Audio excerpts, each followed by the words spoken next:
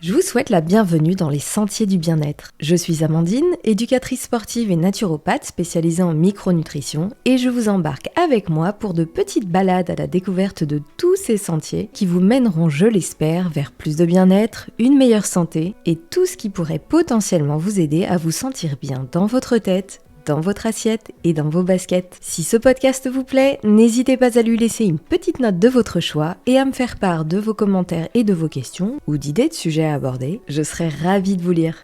Allez, c'est parti avec l'épisode du jour.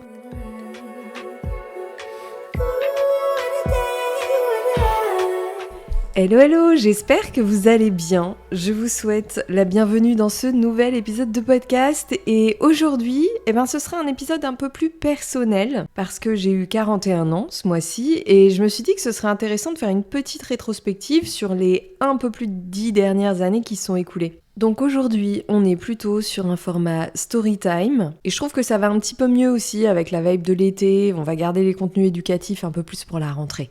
Voilà. Alors j'espère que ça vous plaira. Et puis j'avais envie d'aborder ce sujet parce que ce soit 30 ans ou 40 ans, généralement c'est des âges charnières qu'on peut appréhender et qui symbolisent un pas de plus vers une vieillesse qui fait peur et qu'on n'a pas envie de voir arriver trop vite, en général. Et pour moi, ça n'a pas du tout été le cas. J'ai l'impression d'avoir évolué à l'envers tout au long de ces 10 dernières années et c'est vraiment à l'opposé de ce que je pouvais imaginer quand je me projetais dans mes années futures à l'âge de 20 ou 25 ans. Donc aujourd'hui, j'ai 41 ans et je peux dire que jusque-là, c'est la meilleure période de ma vie. Que ce soit au niveau physique comme mental. Alors, j'ai envie de vous raconter tout ce qui m'a mené là et j'espère que ce partage d'expériences personnelles pourra inspirer un peu la vôtre ou vous aider à voir différemment le passage des années. Parce que même si j'ai pas 50 ans ou 60 ans, que les bouleversements hormonaux de la ménopause n'ont pas encore pointé le bout de leur nez, une chose est sûre, c'est que je compte bien passer les décennies à venir sans peur et de la manière la plus épanouissante qui soit. Et puis si possible, en pétant la forme, en tout cas, je vais faire ce que je peux pour. Et je sais que ce que j'ai construit au fil de la décennie qui vient de se passer va m'y aider. Que ce soit en termes de forme, de santé, comme de mindset. Désolée pour l'anglicisme, mais c'est tellement plus simple à dire que philosophie ou état d'esprit.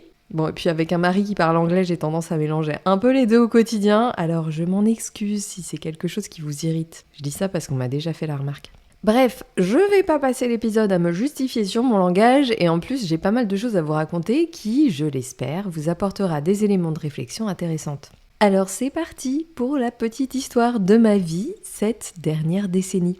Et clairement, je l'aurais pas imaginé comme ça. Plus jeune, je pensais que passer 30 ans, c'était déjà la vieillesse. 40 ans, n'en parlons même pas, et après, je voulais même pas y penser. Et cette vision, elle était nourrie par les images et les messages qui sont véhiculés sur les femmes qui, on peut se le dire, doivent rester jeunes pour rester dans la course d'une société qui a visiblement le vieillissement en horreur. Surtout qu'à l'époque, il n'y avait pas encore les réseaux sociaux, mais que par contre, côté magazine, le discours était beaucoup moins subtil qu'aujourd'hui. Et l'utilisation de Photoshop aussi. C'était l'apologie sans filtre de la jeunesse et de la minceur. Avec des discours ultra culpabilisants sur les rides, les cheveux blancs et bien sûr les kilos, parce que tout ce qui dévie l'apparence des femmes de l'idéal poupée Barbie est à gommer absolument. Bref, ayant passé mon adolescence à lire Jeune et Jolie, puis les magazines pour jeunes adultes dans la même veine, j'étais persuadée que mes meilleures années étaient celles de ma jeunesse et qu'après 30 ans, c'était la décrépitude. Vraiment, j'exagère pas. Et honnêtement, les images de femmes en pleine forme passées 40 ou 50 ans n'étaient pas franchement pléthores à cette époque. Et pour ça, les réseaux sociaux ont fait beaucoup de bien d'ailleurs en ouvrant une fenêtre sur une autre tranche d'âge féminine qui décide de casser les codes et les injonctions en se montrant fièrement et en défiant les idées reçues sur le vieillissement. Et ça, c'est génial. Vieillissement qui n'est pas un gros mot, c'est un fait. Donc, lutter contre le vieillissement, c'est comme se battre contre des moulins à vent. On va pas ralentir le temps qui passe. Par contre, on peut décider d'appréhender le passage des années différemment. Et surtout, de ne pas se limiter par des croyances qui sont souvent les premières à nous faire vieillir plus vite que la musique. Surtout nous, les femmes. Mais d'ailleurs, si je me rappelle bien, j'ai fait un épisode de podcast sur le sujet. Attendez, je regarde. Ah voilà, je me disais bien. C'est l'épisode numéro 16 que je vous invite vraiment à aller écouter si vous pensez que vous êtes trop vieille pour être en forme ou pour améliorer votre condition physique ou encore pour faire certaines choses dont vous avez envie. Bref, comme d'habitude, je vous mets le lien vers l'épisode dans les notes juste en dessous et nous on continue avec mes 30 ans que très honnêtement j'ai passé avec pas mal d'insouciance. Évidemment, il y a eu pas mal de réflexions du genre « ça y est, la vieillerie commence » ou des questions du genre « oulala, ça va, tu le vis pas trop mal ?» Mais franchement, je m'en foutais pas mal parce qu'à cette époque, ma carrière de personal trainer était en train de s'envoler, je bossais comme une dingue, j'étais en train de constituer une clientèle ultra haut de gamme et penser à mon âge était bien le dernier de mes soucis. Ma confiance en moi était à son top du top, j'avais pas de complexe, ma relation à mon corps était bonne, bref, c'était l'insouciance. Et ça n'a pas duré très longtemps parce qu'1 an plus tard, je m'apprêtais à entrer dans l'une des périodes les plus noires de ma vie. Alors, qu'est-ce qui s'est passé ? 2 choses. En commençant à voyager avec mes clients, j'ai été plongée dans un monde aux standards esthétiques complètement différents. Ça, c'est pareil, j'en ai déjà parlé dans plusieurs contenus, notamment une vidéo YouTube que je vous remets dans les notes de cet épisode, et aussi un épisode de podcast, justement, un des premiers puisque c'est le numéro 3. Bref, si vous avez envie d'en savoir un peu plus sur ce qui a façonné mon rapport à mon corps et à mon apparence, n'hésitez pas à aller écouter tout ça. Bref, pour aller vite, j'ai passé beaucoup de temps entourée de mannequins ultra jeunes et ultra gaulés, et plus globalement de femmes dont l'apparence était complètement façonnée pour rentrer dans des standards esthétiques bien précis. Inutile de dire que la chirurgie plastique était complètement banalisée, c'était une norme à laquelle j'ai d'ailleurs cédé puisque je me suis fait refaire la poitrine pour mes 31 ans. Et clairement, c'était un luxe que je me suis offert juste par envie, parce que j'en avais les moyens, parce que j'étais même pas vraiment complexée par ma petite poitrine. J'ai jamais eu de problème à la dévoiler à mes partenaires, et si je mettais parfois des soutifs rembourrés, c'était juste pour créer un petit volume que je trouvais joli, mais pas pour combler un complexe que j'avais. Mais comme à cette époque, je baignais totalement dans cet univers physique standardisé, et que j'avais les moyens, je me suis dit, allez, je m'achète une paire de boobs. Mais vraiment. Alors ça s'est super bien passé, j'ai opté pour une taille qui me convenait et j'ai toujours été ravie du résultat. Mais honnêtement, je sais qu'au moment où je vais devoir faire remplacer mes prothèses, parce que ça c'est un truc auquel on pense pas forcément quand on le fait, en tout cas ça nous paraît trop lointain pour s'en préoccuper, mais après, tous les 10 ou 20 ans, il faut recommencer. Et quand on a 60 ans, 70 ans ou 80 ans, une opération lourde comme ça, avec une anesthésie générale, c'est pas la même chose qu'à 30 ans. Donc tout ça pour dire que moi, je pense pas que je les remplacerai, mes prothèses, une fois la date venue, parce que j'ai pas envie de me réengager dans cette voie qui me mènera à nouveau sur le billard 20 ans plus tard, et puis parce que mes seins, quelle que soit leur taille, je les accepte. Et qu'en plus, en avoir beaucoup moins, c'est sacrément pratique pour la gymnastique. Parce que là, je peux vous dire que mes prothèses, pour passer les barres muscle-up, elles me gênent sacrément, puisqu'elles me bloquent, et que du coup, je n'arrive pas à passer mes muscle-up à la barre en strict. Et je vous jure, ça me frustre. Bref, mes prothèses sont un luxe que je me suis offert parce que j'en avais envie, mais clairement pas une nécessité qui fait office de béquille à l'estime que j'ai pour mon corps. En plus, plus le temps passe et plus je focalise sur ce que mon corps peut faire et non sur son apparence. Mais ça, j'y reviendrai un peu plus tard. Donc, j'ai mes boobs tout neufs, je suis entourée de nanas qui, elles aussi, pour leur grande majorité, ont des boobs tout neufs, mais aussi un nez, un ventre, des cuisses, bref, tout ce qui peut être modifié à coup de bistouri pour coller un peu plus aux standards esthétiques établis. Et en parallèle de mon environnement physique, je découvre les réseaux sociaux et leurs codes bien précis dans lesquels je me plonge pour commencer à créer une audience qui m'aiderait à développer mon activité en ligne. C'est la raison pour laquelle j'ai pris le pli des réseaux sociaux parce que, pour être tout à fait honnête avec vous, déjà à l'époque, j'étais pas vraiment fan. Et c'est toujours le cas aujourd'hui. Franchement, si je pouvais disparaître d'Instagram et de YouTube pour simplement écrire et parler avec vous derrière mon micro, je serais la plus heureuse du monde. Mais bon, malheureusement, pour faire vivre mon projet, Powerhouse, c'est incontournable d'être visible sur les réseaux, donc je joue le jeu. Mais j'espère qu'un jour je pourrai faire les choses différemment et m'éloigner des écrans. Vraiment. Bref, je digresse. J'en étais où déjà ? Ah oui. Donc, je me plie au jeu des réseaux sociaux et je découvre l'univers visuel ultra standardisé du monde du fitness, avec des physiques complètement irréels et des injonctions qui seraient beaucoup moins acceptées aujourd'hui. À l'époque, c'était l'âge d'or de la diète culture et du no pain, no gain. Donc, je suis physiquement entourée de nanas au physique surréaliste et mes écrans en sont tout aussi remplis. Du coup, ma vision de la réalité se déforme. Ces images deviennent la norme et je commence à questionner mon propre physique dans lequel je me sentais franchement bien. Et encore plus avec la petite opération de tuning que j'avais faite. Et puis, autre élément qui va peser dans la balance, je vis un chagrin d'amour. Un vrai, dont j'ai mis 1 an à me remettre. Une année pendant laquelle je n'ai plus vu que ce qui n'allait pas chez moi. Pendant laquelle mon sentiment de valeur personnelle a dégringolé et qui m'a mené à penser que si j'atteignais un physique parfait, ma confiance et mon estime de moi remonteraient. Alors j'ai voulu ressembler aux nanas qui m'entouraient et qui soudain avaient toute l'air d'être plus heureuses et plus confiantes que moi. J'ai commencé à me priver, beaucoup, chose qui était bien la dernière affaire compte tenu de mon passé. J'en parle plus en détail dans l'épisode numéro 5 d'ailleurs. Du coup, j'ai développé des troubles du comportement alimentaire, une alimentation punitive régie par le stress, les interdits et les compulsions. Mon ventre, qui était déjà pas en super forme, a pris tout ce stress et ces déséquilibres en pleine face, donc ma digestion était terriblement perturbée, ce qui me stressait encore plus, et puis évidemment, vu ce que j'infligeais à mon ventre, il était gonflé comme un ballon, ce qui me complexait encore plus.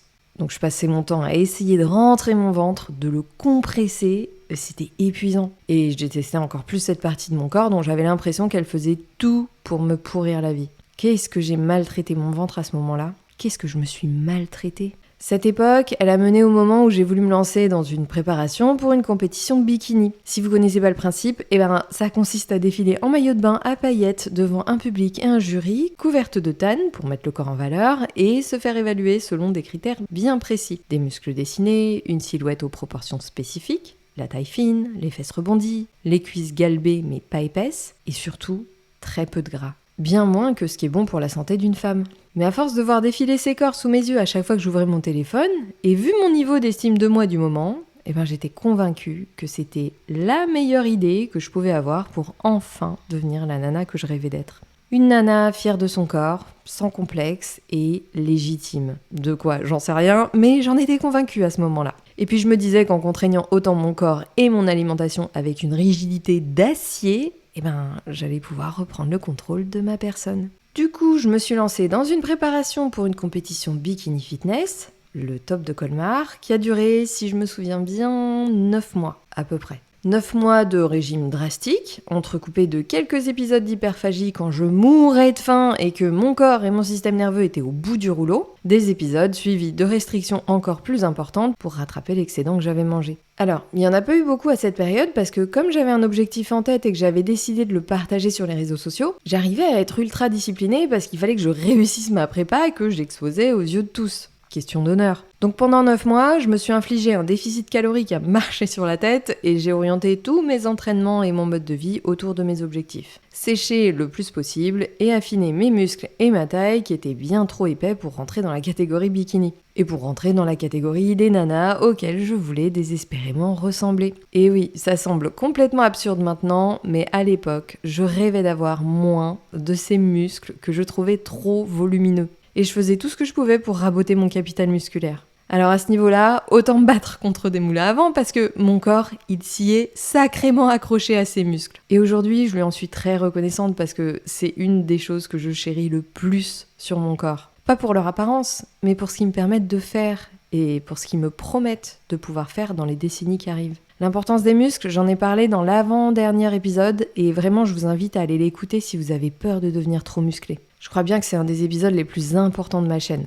Et je vous l'ai mis dans les notes, bien sûr. Donc, 9 mois de privation, de stress et de dysmorphophobie grandissante. J'étais obsédée par la perte de gras et par mon apparence, et encore pas mal dans le déni à cette époque des troubles que j'étais en train de construire. Mon sentiment de valeur était exclusivement lié à l'apparence de mes abdominaux que je scrutais du matin au soir. Et j'ai fait ma compétition. J'ai défilé avec des dizaines d'autres nanas sur une estrade en enchaînant les positions flatteuses, pour lesquelles je m'étais entraînée pendant plusieurs mois parce que c'est très spécifique. Le tout après avoir passé une dernière semaine de sèche à manger comme un moineau et à même ne plus boire du tout sur la toute fin. Et oui, ça fait partie des techniques spécifiques au bodybuilding qui sont, vous pouvez l'imaginer, excellentes pour la santé. Bon, j'espère que vous entendez l'ironie dans ma voix quand je dis ça. Bref, je défile dans un état second, une première fois en début de journée et une deuxième fois en fin de journée. Bon, je savais pertinemment que je serais pas retenue parmi les gagnantes au vu de ma silhouette par rapport à celle des autres filles, parce que si j'avais réussi à sécher, mon apparence, elle était toujours loin des critères idéaux de la catégorie bikini. Des muscles toujours épais, une taille pas fine du tout. Bah oui, c'était tout simplement pas ma morphologie, mais à cette époque j'en avais pas du tout conscience. Et d'ailleurs je me rappelle très bien qu'en posant devant le parterre de juges, j'ai croisé le regard d'un d'entre eux au moment où il se penchait vers sa collègue en m'évaluant pour qu'ils finissent tous les deux par faire un non entendu de la tête qui m'a fait l'effet d'un coup de poing dans le ventre. Vous imaginez pas l'effet que ça fait de voir tous ces mois d'efforts et de privation balayés d'un revers de main en une seconde comme ça.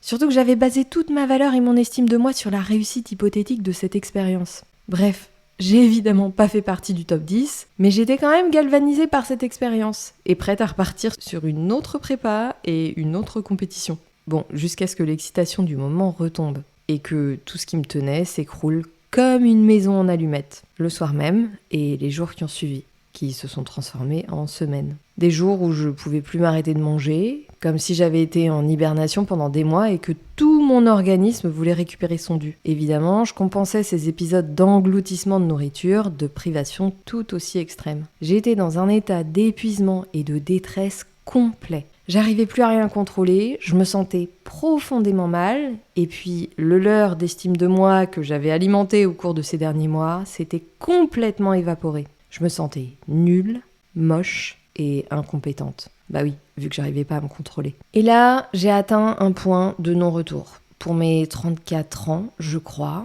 ça commence à faire quelques années, du coup je m'y perds un peu. Mais ouais, c'était à ce moment-là, j'ai pris conscience que je pouvais pas continuer comme ça parce que j'étais en train de m'auto-détruire. Je suis allée voir une médecin, hypnothérapeute spécialisée dans les troubles du comportement alimentaire pour quelques séances d'urgence parce que mon rapport à la nourriture était devenu ingérable. Je saurais pas dire à quel degré les séances ont fonctionné, mais en tout cas, il n'y a rien eu d'immédiat.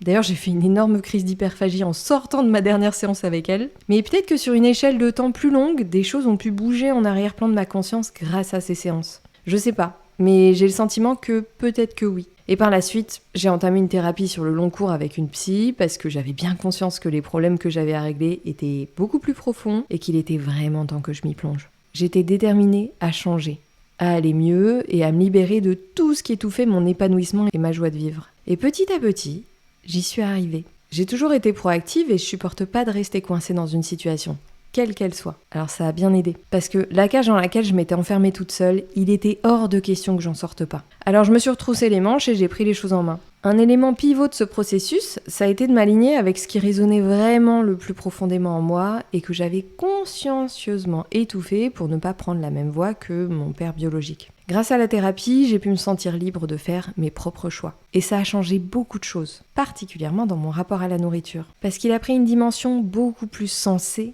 et profonde. Là où elle était source de conflits intérieurs, elle est devenue source de satisfaction, de sens et d'épanouissement. Alors ça, c'est mon cheminement personnel. Et le but, c'est certainement pas que vous essayiez de vous identifier à mon expérience si vous avez une alimentation troublée. Chacun a son parcours, son expérience et les facteurs qui façonnent son rapport à la nourriture différents. Et si aujourd'hui vous êtes en conflit avec votre corps ou votre assiette, c'est à vous de démêler les fils qui ont créé des nœuds dans cette relation, en vous faisant accompagner si besoin, c'est très important. Donc, pour en revenir à mon histoire, en m'autorisant à mettre du sens dans ma manière de manger, et un sens qui importait énormément pour moi, une grosse partie des tensions et du stress liés à l'alimentation se sont envolées. Mais vraiment, c'est devenu un non-sujet. Si vous le savez pas, parce que c'est vrai que c'est pas quelque chose que je mets énormément en avant, parce que j'ai pas envie de donner l'impression que j'impose mon choix aux autres, et ben moi, je ne mange pas de produits animaux. Je suis végétalienne, et c'est un choix que j'ai fait pour les animaux. Parce que depuis toute petite, j'ai toujours été extrêmement sensible au sort des animaux et à leur souffrance. Et assez tôt dans ma vie, je me suis documentée sur la manière de cohabiter avec les animaux différemment, avec plus de respect et surtout moins d'exploitation. D'abord avec les chevaux, puisque c'était ma grande passion, et puis avec le temps, cette réflexion, elle s'est étendue à tout le vivant. À poils, à plumes, à écailles, mais aussi à l'environnement. Alors, c'est pas le sujet du podcast, donc je vais pas m'étendre là-dessus, mais pendant des années, cette dissonance entre mes valeurs profondes et ma manière de manger a mis de l'huile sur le feu de mon rapport à l'alimentation. J'en avais pas conscience, parce que c'était un truc que j'avais bien étouffé, mais la manière dont tout s'est apaisé le jour où j'ai choisi de manger d'une manière qui me semblait profondément juste, alignée avec une des choses qui avait le plus de sens pour moi, eh ben, l'abcès s'est crevé. Bon, désolé, c'est pas très ragoûtant. Mais vraiment, ça a été instantané. Parce que cette décision, je l'ai prise du jour au lendemain, littéralement. Parce qu'à ce moment-là, plus rien ne me retenait de le faire. Et puis, j'avais suffisamment de bagages en termes de connaissances nutritionnelles pour faire le changement sans risquer de souffrir d'une quelconque carence ou déséquilibre alimentaire. Du coup, ça m'a permis de switcher sur le végétal sans problème. Au contraire d'ailleurs, parce qu'une fois le stress parti de mon assiette, eh ben, des problèmes, il y en avait plus beaucoup. Tout à coup, mon apparence était devenue tellement plus futile, parce qu'il y avait beaucoup plus de sens derrière ma manière de manger. Du sens qui m'importait à moi. Et puis, j'étais fière de moi d'avoir fait ce choix. Alors c'est un choix que j'ai voulu honorer, et que j'honore toujours aujourd'hui d'ailleurs. Alors par contre, Si mon alimentation s'est drastiquement apaisée à ce moment-là, j'ai quand même eu besoin de continuer à suivre mes apports nutritionnels pendant un bon moment, au moins une année, si mes souvenirs sont bons. J'étais pas prête à manger sans filet après avoir pris le pli du tracking de calories pendant aussi longtemps. Bon, ça a quand même eu quelques avantages. Déjà, me rassurer que je respectais bien mes besoins, parce qu'à cette époque, mes signaux de faim et de satiété étaient sacrément déréglés, et ça m'a permis de vérifier que mes besoins nutritionnels étaient comblés malgré mon changement alimentaire. Alors c'est devenu davantage un outil d'observation que de contrôle et de restriction. Et paradoxalement, c'est ce qui m'a aidé à m'en libérer. Parce qu'à force de me familiariser avec les valeurs nutritionnelles de ce que je mangeais, au bout d'un moment, j'ai développé une vision assez précise de celle-ci, simplement à l'œil. Et ça, c'était sacrément pratique parce que ça m'a permis de préparer mes repas en équilibrant leurs nutriments assez facilement, sans dépasser mes besoins caloriques. Là, j'aimerais faire une mini parenthèse pour préciser une chose importante. Moi, je fais partie des personnes pour qui l'intuitive eating, l'alimentation intuitive, ne fonctionne pas. Parce que j'ai souffert de la faim à multiples reprises pendant mon enfance et que ça a déclenché une détresse alimentaire et des dérèglements qui m'ont accompagnée toute ma vie. C'est un peu comme si j'étais restée coincée en mode petit écureuil qui doit faire des réserves dès que la nourriture se présente. Donc j'en ai gardé une faim quasi permanente et une satiété qui ne survient que quand mon estomac est plein à craquer. Du coup, en suivant mon instinct, j'en serais très vite venue à manger en excès et à prendre du poids, même en mangeant sain ou équilibré. Et c'est arrivé à multiples reprises d'ailleurs. Voilà, encore une fois, ça c'est mon expérience personnelle, donc c'est pas un exemple. Et les éléments qui ont façonné mon rapport à la nourriture sont les miens et ceux de personne d'autre. Bref, il m'a fallu pas mal de temps avant de réussir à me détacher de ma béquille, qui était le tracking alimentaire, que par contre je n'utilisais plus du tout en dehors de chez moi ou au restaurant par exemple. Et puis, au fil du temps, c'est devenu de plus en plus contraignant de me plier à cette petite gymnastique, alors j'ai arrêté, tout naturellement. Et depuis plusieurs années maintenant, en dehors de la création de recettes qui me demandent de calculer avec précision les valeurs nutritionnelles de chaque préparation, je n'utilise plus du tout cet outil de tracking qui m'a accompagnée pendant des années. À la manière d'une cage étriquée, puis comme les petits trous du vélo, avant de me sentir enfin prête à pédaler toute seule. Et au fil des années aussi, mes signaux de faim et de satiété se sont de mieux en mieux régulés, grâce à une alimentation stable, constante, qui me nourrissait vraiment. Alors, c'est ce qui a mis le plus de temps à venir, la régulation de ces signaux, parce que des stigmates profondément ancrés depuis l'enfance, et les nouvelles qui sont ajoutées lors de mes périodes de restriction et d'alimentation punitive, ça, ce sont les plus longues à effacer. Ou à guérir plutôt. Ça doit faire à peu près 2 ans qu'une satiété normale a commencé à se manifester. Alors, je vous jure, c'était sacrément nouveau pour moi. Et que j'avais plus la présence continue de la faim dans un coin de ma tête. Et ça, c'est vraiment un point important que je veux partager avec vous.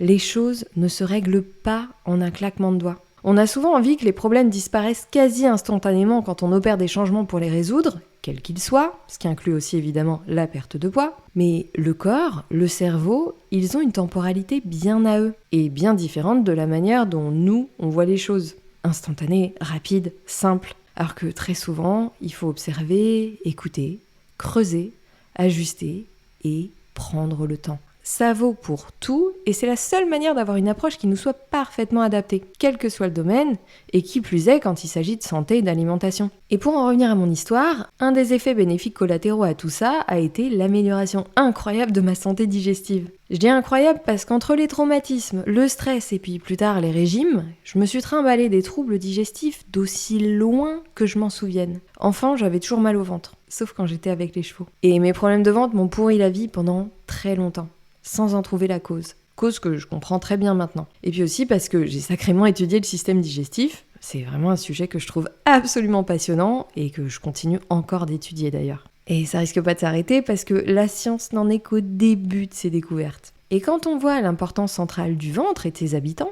le microbiote intestinal, au cœur de toutes les voies de la santé, on ne peut pas ne pas s'y intéresser. J'ai déjà produit beaucoup de contenu sur le sujet, je vous en mettrai quelques-uns dans les notes de ce podcast, bien entendu. Et puis bien sûr, vous avez Happy Belly 360 qui vous attend sur Powerhouse. Mais là, pour en revenir à mon expérience personnelle, mais quelle libération ça a été de découvrir que mon ventre pouvait bien fonctionner.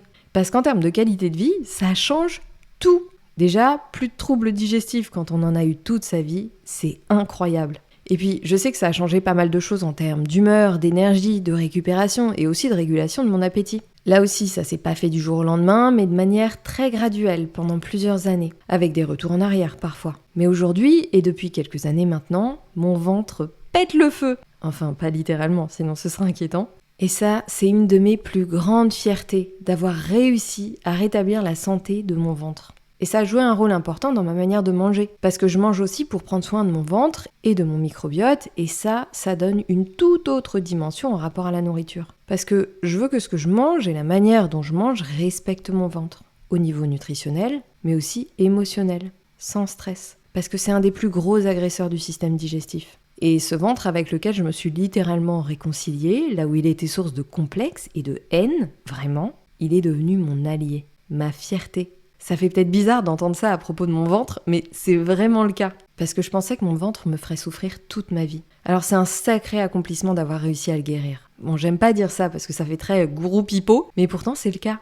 Et j'aurais jamais imaginé ça. Mais encore une fois, je veux pas que vous croyiez que c'est arrivé par magie ou simplement parce que j'ai changé d'alimentation. C'est une somme d'actions, de changements, de recherches, d'ajustements et beaucoup de temps qui ont fonctionné pour moi. Et c'est un domaine dans lequel je me suis investie pleinement en étudiant et en me formant en continu. Et là aussi, encore une fois, c'est à chaque personne de faire ce travail pour elle, même si je sais que concernant la santé digestive, la prise en charge, l'écoute et les solutions restent très insuffisantes. Et que certaines pathologies peuvent être régulées, mais pas guéries. Et qu'elles nécessitent un suivi précis et adapté sur le long cours. Donc attention, c'est pas parce que j'ai réglé mes soucis digestifs qu'il faut faire tout pareil que moi pour régler les vôtres. Encore une fois, là je vous partage mon expérience. Par contre, je vous partage aussi plein de conseils pour mieux comprendre et prendre soin de votre ventre. Et ça, quelle que soit votre situation, ça peut vous aider. Donc, pour en revenir à mon petit ventre, le découvrir et en prendre soin de l'intérieur a énormément aidé à changer la perception que j'en avais. Là où il a longtemps été source de complexe, il est devenu une force. Le fait qu'il soit pas fin comme celui des nanas dont j'ai idolâtré le physique pendant des années est devenu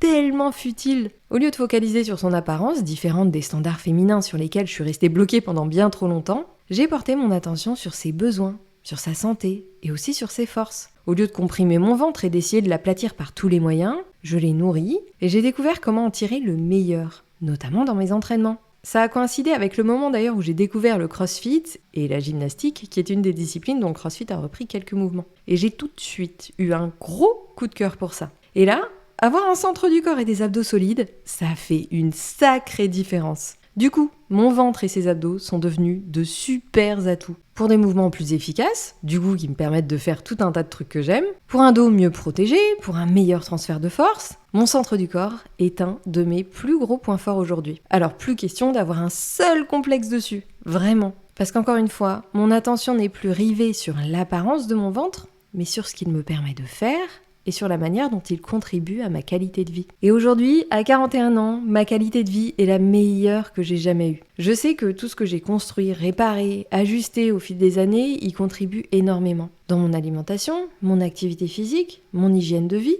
mais aussi dans mon rapport à mon corps, mon épanouissement, ma santé mentale, mes valeurs. Je me sens forte, apaisée, alignée. Et cette forme que j'ai aujourd'hui, qui est d'ailleurs bien meilleure que celle que j'avais il y a 10 ans, je compte bien la chérir pour en jouir le plus longtemps possible. Parce que j'ai pleinement conscience que bouger sans douleur, être libre de mes mouvements, avoir de l'énergie, me sentir vivante et sans limitation, ça, c'est incroyablement précieux. Et je sais que c'est pas en mettant du stress dans mon alimentation, dans ma pratique sportive ou dans mon hygiène de vie que ça va aider. Bien au contraire. Je sais que c'est en préservant mon écoute et ma bienveillance envers mon corps que je peux en prendre vraiment soin.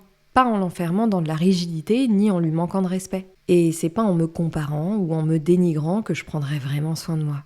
Jamais. Et ça, c'est une chose que je garde bien à l'esprit parce que c'est sacrément tentant avec les réseaux sociaux. D'autant plus dans l'univers dans lequel je baigne, où l'apparence reste ma vitrine principale et où la concurrence est sacrément rude. Mais maintenant, j'ai un corps, une santé et une qualité de vie à préserver. Et ça supplante tout le reste. Alors, il y a certainement une part de maturité qui joue un rôle dans l'apaisement que je ressens aujourd'hui. Mais je pense qu'à l'écoute de cet épisode, vous voyez aussi qu'il y a eu beaucoup de travail, de recherche et d'écoute. Ça n'a pas été un cheminement paisible sur un itinéraire sans embûches. Et franchement, ça l'est pour personne. Je sais qu'aujourd'hui, si mon corps se met à fonctionner différemment, qu'il défaille pour une raison ou une autre, je vais devoir m'accrocher très fort à toute la bienveillance que j'ai pour lui. Parce que ce sera dans tous les cas ce qui m'aidera à toujours en prendre soin. Je sais pas ce que les années à venir me réservent, si ma santé restera aussi bonne qu'elle l'est aujourd'hui. Je sais pas non plus ce que la périménopause me réserve, ni la manière dont mon corps va la vivre. Et peut-être que ce sera sacrément chaotique. Mais je sais que si je considère mon corps comme un ennemi, que je le respecte pas, particulièrement s'il montre des signes de faiblesse ou de dysfonctionnement,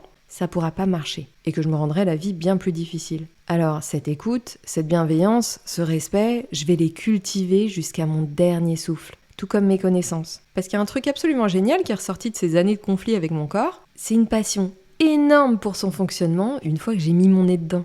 Alors pas dans mon corps, dans l'étude de son fonctionnement. Et ça, je me lasserai jamais de l'explorer. Pour apprendre, et surtout pour mieux comprendre cet organisme d'une merveilleuse complexité qui nous maintient en vie.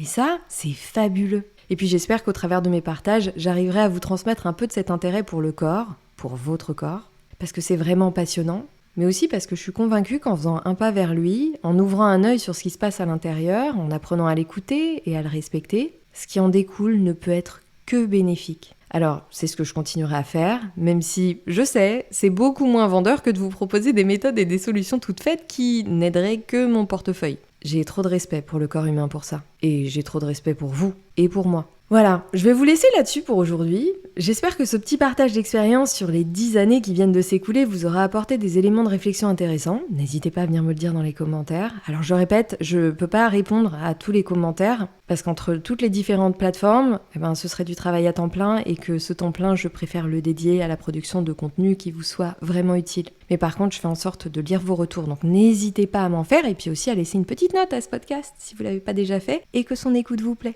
Et puis aussi, n'hésitez pas à partager les épisodes que vous trouvez intéressants.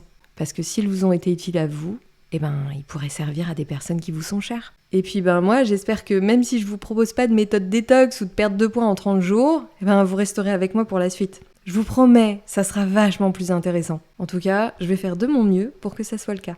Allez, je vous fais de gros bisous, merci de m'avoir écouté et je vous retrouve très bientôt pour un autre épisode. Ciao!